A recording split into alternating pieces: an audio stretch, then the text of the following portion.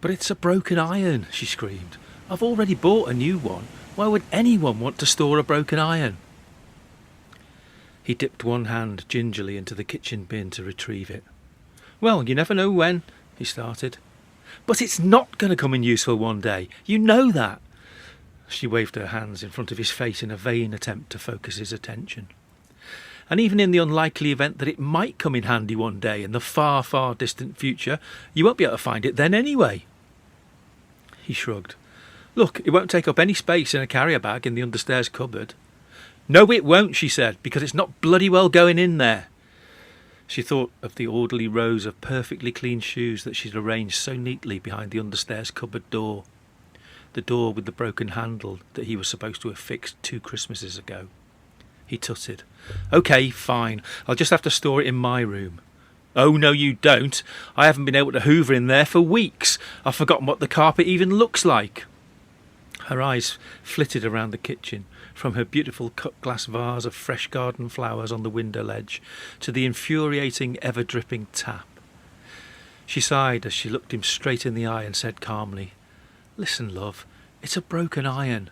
Please just get it shifted." He recoiled from the uncomfortable eye contact and stomped across to the fridge, yanking open the squeaky door to stare at everything and nothing, and to feel the cold air on his face. He pressed his forehead into the hard edge of a shelf, and under his breath he hissed, "For God's sake." Then out loud, "Right, fine, you win. I'll just have to buy another plastic box and store it in the garage." She shouted at the back of his head, "With the other 100 or more plastic boxes, you mean? Just listen to yourself.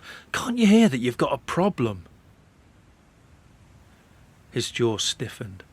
"I have not got a problem." With his free hand he grabbed a milk carton and spun the lid free with his thumb, an action perfected after thousands of repetitions. She sprang across the few feet of frayed carpet tiles and poked a hard finger repeatedly into his bicep to punctuate her point.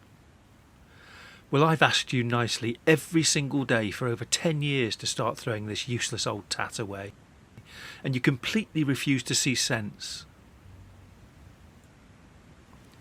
He ignored the physical contact and made a defiant show of swigging greedily from the milk bottle before returning it to the door and wiping his mouth on his sleeve.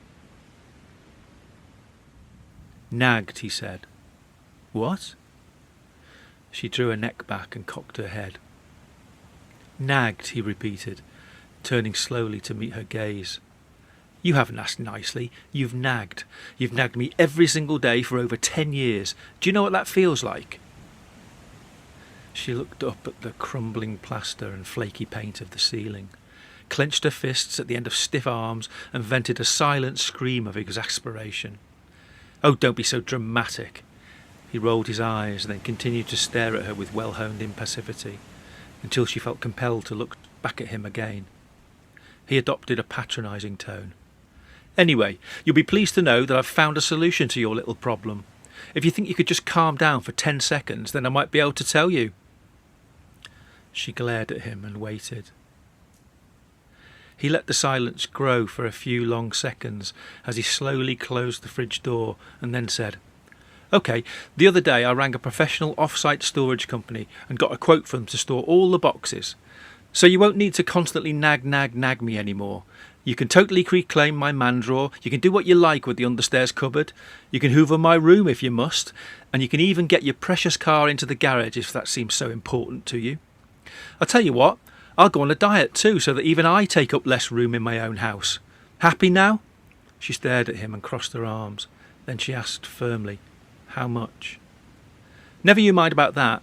He barged past her and leaned on the chipped draining board, talking to the garden rather than directly to her.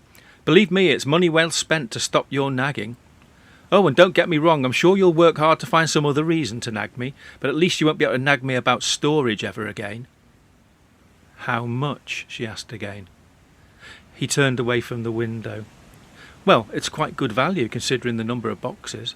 And it's also completely secure and confidential, so no one will ever be able to stick their noses in and interfere with my stuff." "How much?" she insisted, raising her voice in ultimatum.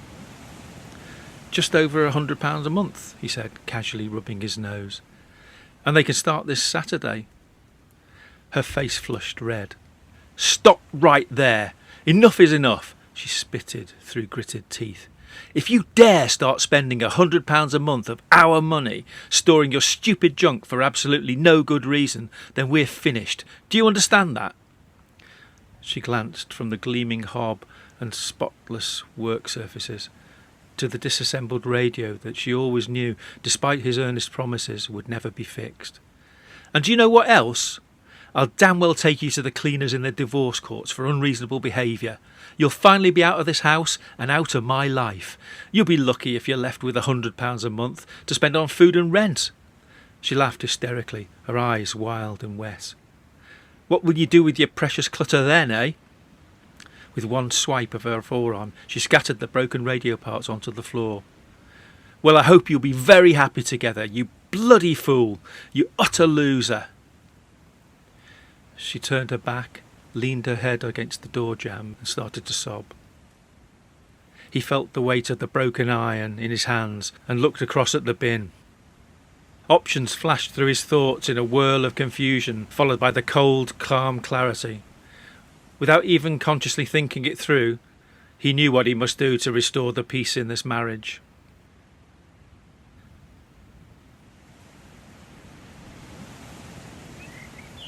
The next morning he rang the storage company.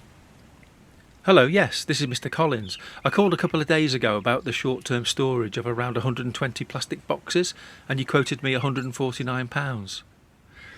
Yes, well, I'm sorry to mess you about, but there's been a change of circumstances. I discussed it with my wife, and I'm afraid we need to cancel that order." He waited until the remote sound of keyboard clacking stopped. "While I'm on, though, could I get you to quote me for another requirement?" "OK, yeah, great, thanks. Yeah, could you please quote me for the long-term storage of a single secure box?" "Yes, just one." "The size? Hang on." He looked down at the crumpled mess on the kitchen floor, next to the broken and now stained iron that he knew would come in handy one day. "Well, I reckon about 6 foot by 2 foot by 2 foot ought to cover it."